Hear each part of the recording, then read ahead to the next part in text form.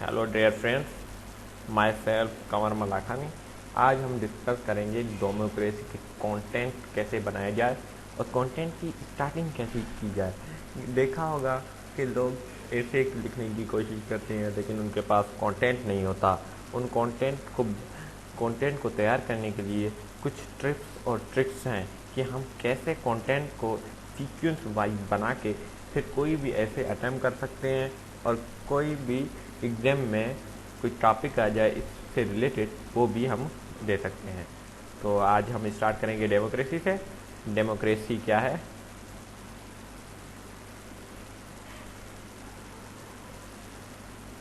Democracy, demo word means people, cracy means government और power. इसका मतलब ये हुआ power in the hand of people, मतलब जो ताकत है वो इन लोगों के हाथों में हो।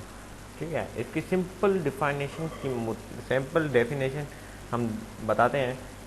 Democracy is a form of government in which the ruler are elected by the people.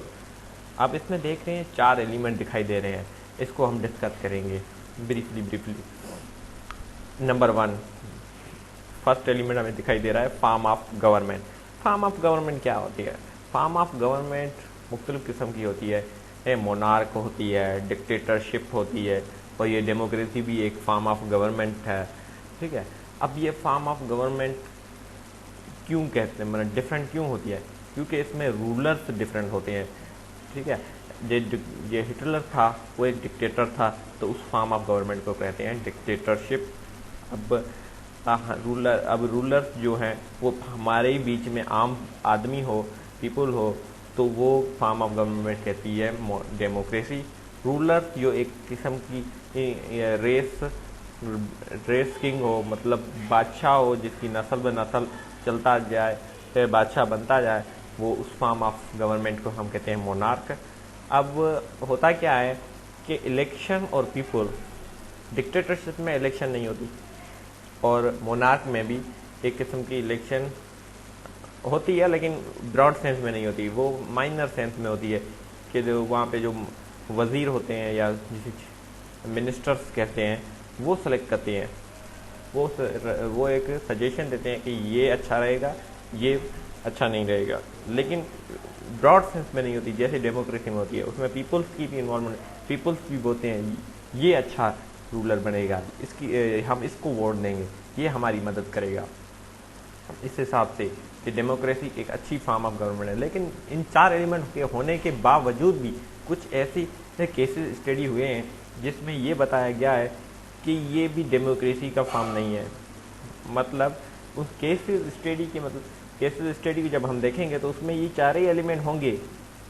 ठीक है, लेकिन उन हर एलिमेंट में एक न एलिमेंट की ये एक इर्रेस्पॉन्सिबिलिटी की वजह से उसे हम डेमोक्रेसी नहीं कहते। अब आते हैं डेमोक्रेसी के डेफिनेशन पे। डेफिनेशंस ऑफ डेमोक्रेसी जो गिवन दी थी इब्राहिम लिंकन ने और सीले ने। इब्राहिम लिंकन जो थे उसने हिस्टोरिकल डेफिनेशन दी थी कि गवर्नमेंट ऑफ द पीपल, जो लोगों की वजह से चुनी हुई गवर्नमेंट है, फॉर द पीपल, लोगों के लिए, और जो उसमें बाय द पीपल, और उसमें जो इन्वॉल्वमेंट है गवर्नमेंट में वो लोग ही है। ठीक है, तो मतलब एक हिस्टोरिकल किस्म की डेफिनेशन दे दी। और सीलियर ने ये डिफाइन किया कि democracy is a government in which everybody share. इसने एक बहुत अच्छी डेफिनेशन दे दी कि गवर्नमेंट जो है वो अपने हर राय जो है, हर इंसान अपनी राय शेयर करे। मतलब एक ऐसा प्लेटफॉर्म हो जहाँ पे कॉमन पर्सन वहाँ पे अपनी शेयरिंग करे, अपने आइडियाज़ शेयर करें, और जिनका आइडिया अच्छा लगे उनको आगे लाया जाए और जिनका आइडिया बुरा लगे उनको नीचे गिराया जाए। वो ये अभी हम देखते हैं कैटेगरीज में। ये हम देख रहे हैं 3 किस्म की डेमोक्रेसी जो ज़्यादातर हमें मुल्कों में मिलती है। एक होती है पार्टिसिपेटरी, प्लूरलिस्टिक और इलाइट। पार्टिसिपेटरी डेमोक्रेसी कौन सी होती है? पार्टिसिपेटरी डेमोक्रेसी, अब इसका एग्जांपल हम ऐसे लेते हैं, ये ब्रॉड सेंस में होती है, ज़्यादातर लोगों की इन्वॉल्वमेंट होती है, लेकिन इसका एग्जांपल हम ऐसे लेते हैं कि हम छोटे छोटे टाउन में डिफरेंट इलेक्शन करवाते हैं और वहाँ पे वोटिंग कास्ट करवा के एक मेंबर खड़ा कर देते हैं। फिर वहाँ पे जो एक किस्म के एक दो किस्म के मतलब लोग खड़े होते हैं। एक एमपीए होती है जो लोकल गवर्नमेंट के जो प्रोविंशियल पर अपना हक रखते हैं, और दूसरे एमएनए होते हैं जो नेशनल लेवल पे होते हैं, जो फेडरल गवर्नमेंट में अपना कदम रखते हैं। अब देखो, जो रिप्रेजेंटर होता है उसको ब्रॉड सेंस में, अब हम सबको तो एक जगह पे प्लेटफॉर्म में नहीं बुला सकते कि आप बताओ कि किसको रखना चाहिए किसको नहीं। ऐसे अगर करें तो साल 1.5 साल लग जाता और प्रॉपर कोई आइडिया नहीं मिल पाता। इसलिए ये एक बहुत अच्छा रिप्रेजेंटेटिव पीपल वेल है, ये लोगों को सिलेक्शन करने का ये अच्छा तरीका है। अब आते हैं प्लूरलिस्टिक। प्लूरलिस्टिक क्या होता है? प्लूरलिस्टिक का मतलब ये है कि बहुत सारे ग्रुप्स हों। जैसे हम पाकिस्तान में देख रहे हैं मुख्तलिफ गवर्नमेंट है, पीटीआई है, नून लीग है, पीपल्स पार्टी है, ठीक है, ये मुख्तलिफ ग्रुप हैं। तो ये इसका मतलब ये है नो वन ग्रुप डोमिनेशन, मतलब एक पार्टी हारने के बाद दूसरी उस पार्टी को डर होना चाहिए कि दूसरी पार्टी भी जीतेगी। ये एक डेमोक्रेसी की एक बेसिक पॉइंट है, ठीक है। इसमें ये होता है कि ये स्लो डिसीजन मेकिंग है, मतलब आपने किसी एक पार्टी को जिता दिया और वो आप चाहते हैं कि इस पार्टी में हमने गलती कर दी, तो वो अपनी जो गलती है वो सुधार सकते हैं, अगली इलेक्शन में उसको वोट ना दें। इसको फॉर्म ऑफ गवर्नमेंट को कहते हैं प्लूरलिस्टिक डेमोक्रेसी।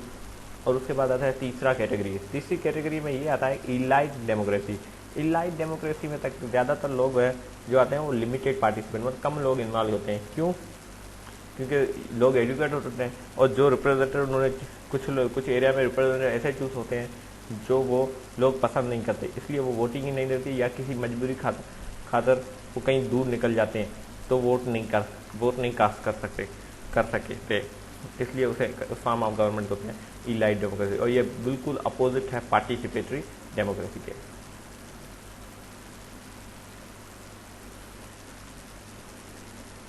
अब हम डिस्कस करेंगे 4 मेजर की फैक्टर ऑफ डेमोक्रेसी, जिसमें पहला नंबर है major decision by elected leader.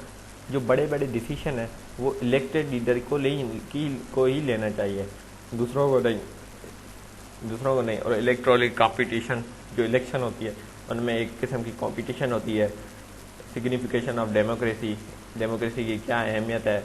Rule of law and respect of law for law. Law का जो रूल है वो रूल ऑफ लॉ होना चाहिए और रेस्पेक्ट फॉर लॉ, ठीक है।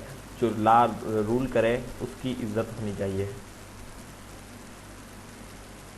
अब हम पहली पॉइंट को डिस्कस कर लेंगे, major decision by elected leader, मतलब जो बड़े बड़े जो डिसीजन है वो एक सेलेक्टेड लीडर को लेने चाहिए।